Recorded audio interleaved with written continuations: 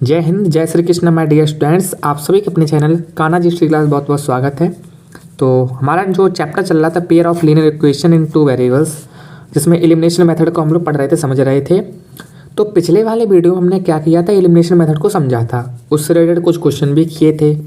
आज हम उन्हीं से रिलेटेड प्रॉब्लम सॉल्विंग को करने वाले हैं, ठीक है, जो कि आपके एनसीईआरटी बुक में दी गई हैं। तो अपनी कॉपी और पेन उठा लीजिए।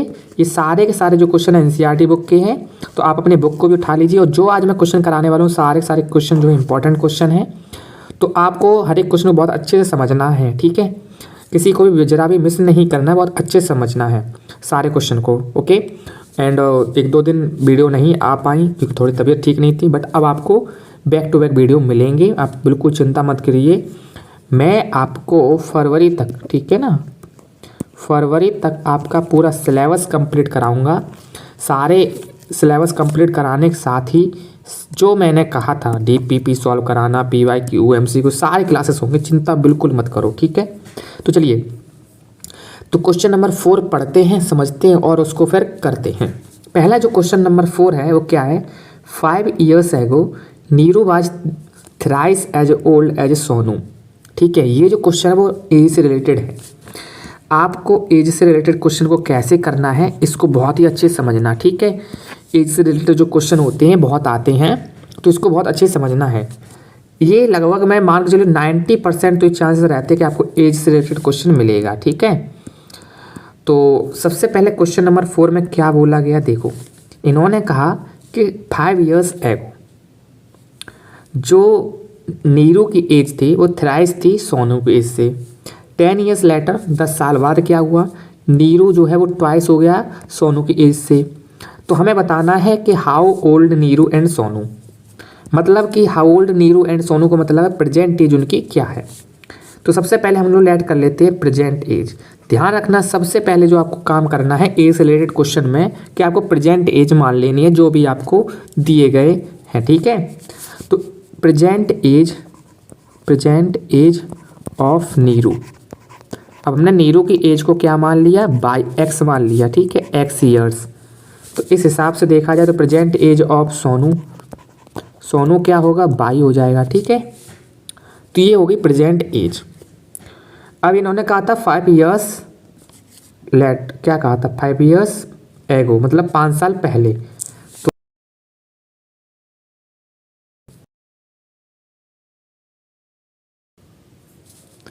तो हम लिखने वाले हैं बिफोर 5 years, ठीक है, कोई टेंशन तो नहीं है। बिफोर 5 years, तो 5 साल पहले। एज ऑफ नीरू, तो जो नीरू की एज होगी जो कि प्रेजेंट में थी एक्स, बात समझना, प्रेजेंट में एज कितनी है नीरू की, एक्स। तो 5 साल पहले कितनी होगी, एक्स माइनस का 5 होगा, ठीक है। आपकी जैसे प्रेजेंट एज है, कितने भी हो प्रेजेंट एज, तो 5 साल पहले क्या होगी, उसमें से 5 साल कम कर दो तो वो 5 साल पहले की एज हो जाएगी।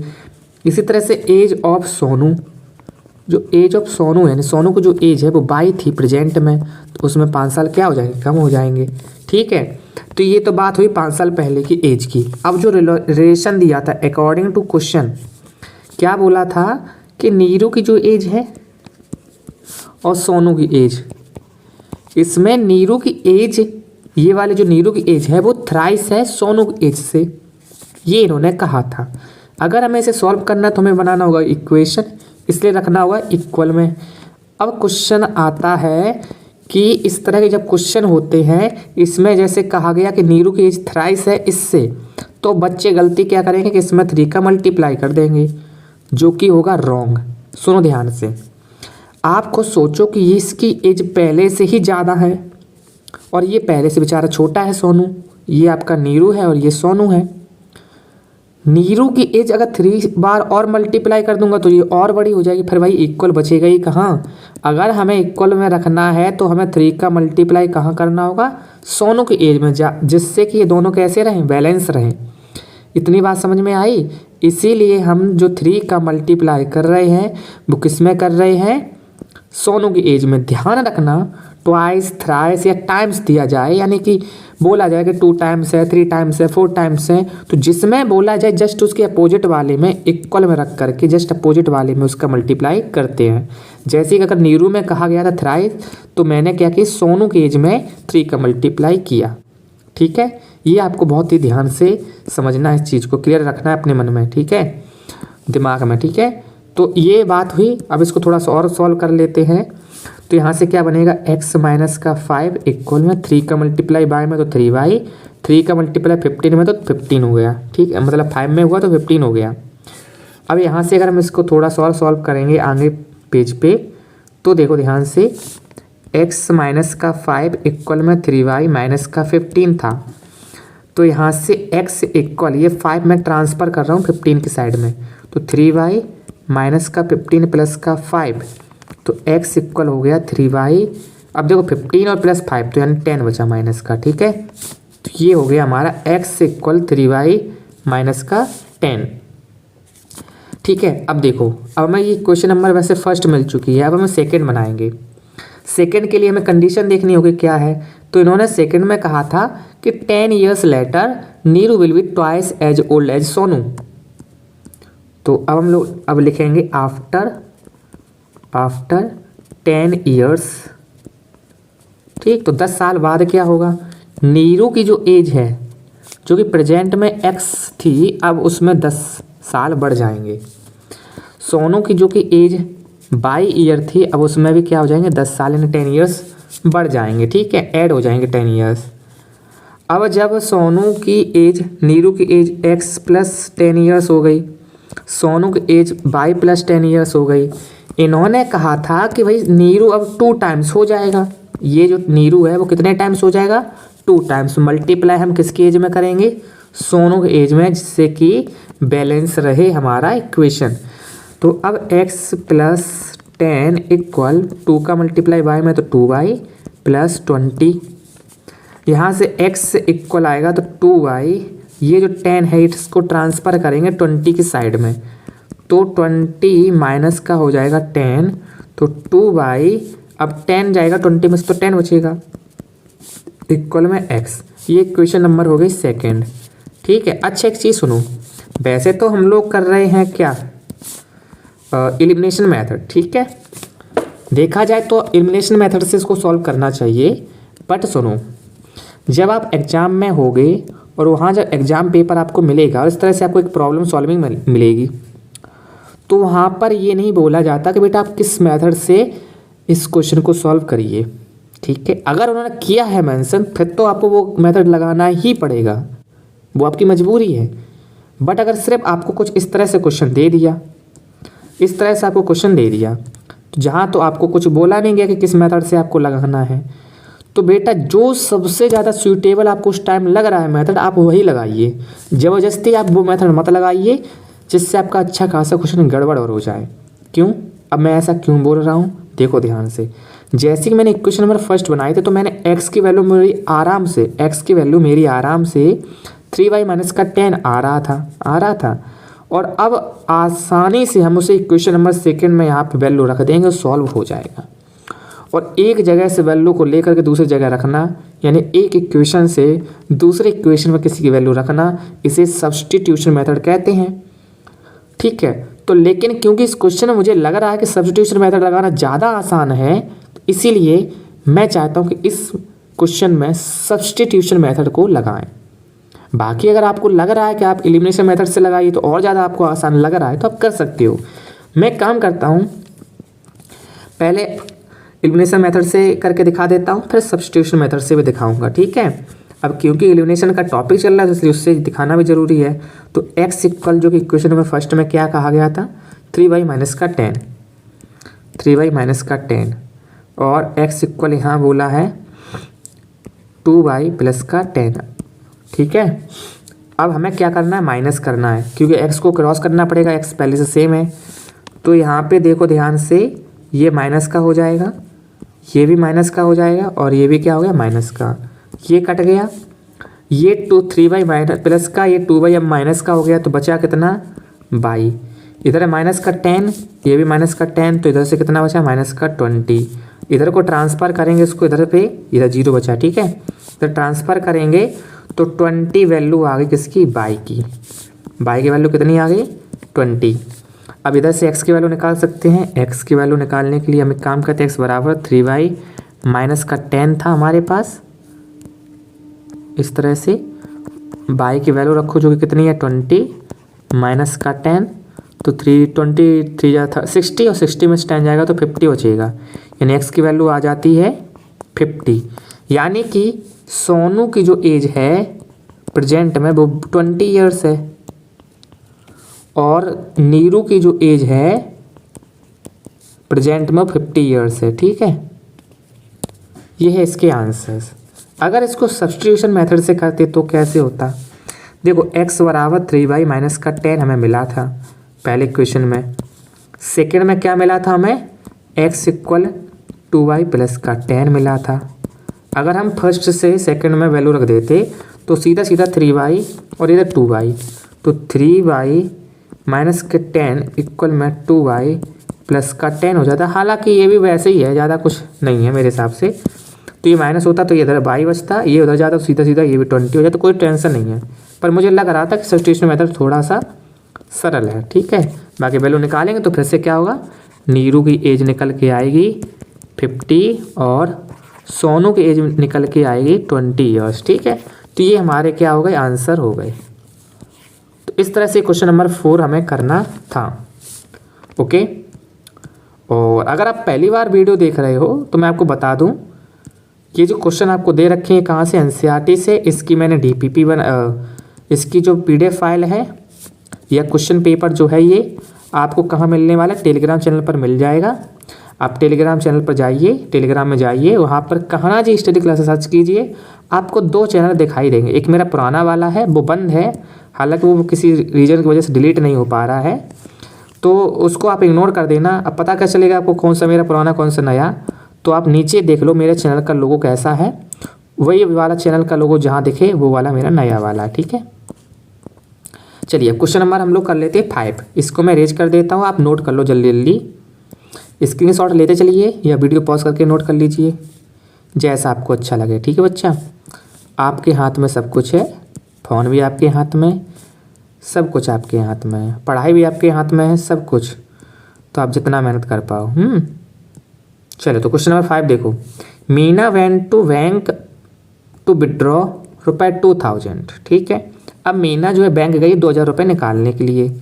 सी ask the cashier to give her ₹50 and 100 notes only. अब उसने क्या कहा, कैशियर से कहा भाई 50 रुपये के 100 रुपये के मुझे नोट देना ओनली। तो Meera got 25 notes in all, तो उसे टोटल कुल मिलाकर के 25 नोट मिलते हैं।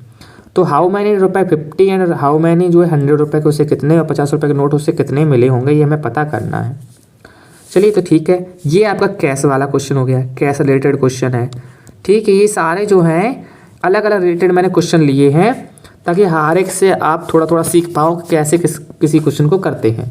फिर ज़्यादा एक्स्ट्रा में क्वेश्चन अगर आपको करना है तो आप कोई अदर बुक यूज कीजिए। बाकी मैं आपको बता दूं डीपीपी में देता हूं तो वहाँ पर भी मैं एक्स्ट्रा क्वेश्चन करवाता हूं, अलग अलग अच्छे अच्छे लेवल के क्वेश्चन, तो वो भी आप करिए सॉल्व, आपको अच्छा लगेगा, उससे आपको काफ़ी बेनिफिट होगा। अब कैश रिलेटेड क्वेश्चन कैसे सॉल्व करते देखो सॉल्यूशन। तो सबसे पहले हम लोग लेट कर लेते हैं कि ₹50 let number of ₹50 notes x, ठीक है। इस तरह से let number of ₹100 notes equal by. एक बात बताओ, जैसे कि 50 रुपये का अगर एक नोट होता है तो उसकी वैल्यू कितनी, 50 रुपये हो गई। अगर ₹50 का 5 नोट होंगे तो कितने रुपए हो गए, 250 रुपये हो गए।